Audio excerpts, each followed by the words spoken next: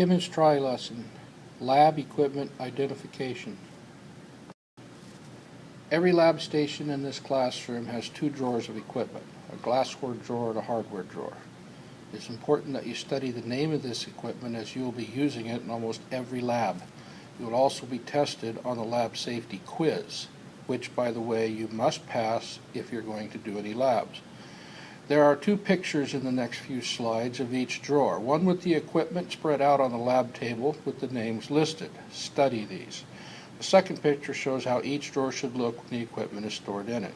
Please remember, any item that is missing or broken, and the lab team at that station will be charged for it. There is a lab equipment price sheet located at the front of the classroom. As you can see, this is the equipment that is in the glass drawer. We have test tube racks, we have borosilicate beakers,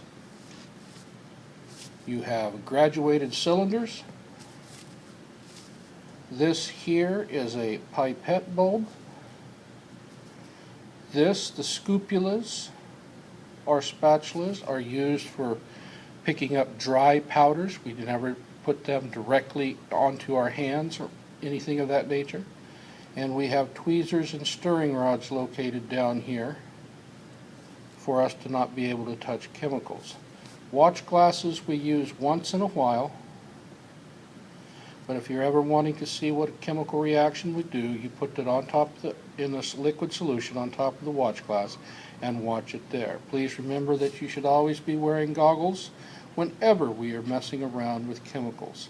If we were looking at this pile of stuff and figuring out which one would I use to be the most accurate in measuring a solution, the first thing would be to use my pipette bulb, because my pipette bulb right here would attach to a pipette, which you could ask the teacher for, and get a 10 milliliter pipette and then draw out the solution up to an exact amount. Second, if we were not using a pipette, then we would use one of the graduated cylinders. These are the next things that would be the most accurate. We never measure in beakers or in Erlenmeyer flasks. These are for reactions to happen in. They are not to be measuring for very accurate liquids. As you can see, this is what the drawer should look like when you have everything stored in it. The beakers are stored on top of each other, and be very careful when you open the drawer. Once again, anything that is broken, you bought it. Here is the items that are in your hardware drawer. Some of these things go together. The ring stand rod here screws into the ring base here. These items over here all clamp on to the ring stand to hold certain things. Your iron rings is where we would place our iron gauze. Striker is what we use up here to light our Bunsen burner.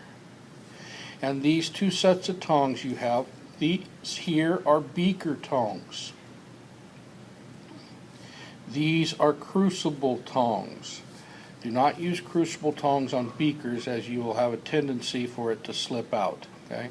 There will be more information during the lab as we go through this, but you need to know the names of these, so when I ask you to get something out in a lab, or if you're trying to pass the exam, the little lab quiz that you're going to take, you understand these. When you have it all packed into the drawer, it should look something like this. It doesn't have to look exact, but it should look fairly close.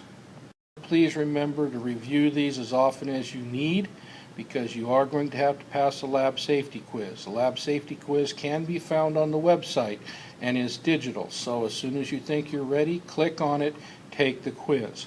Remember, chemistry and stay gritty.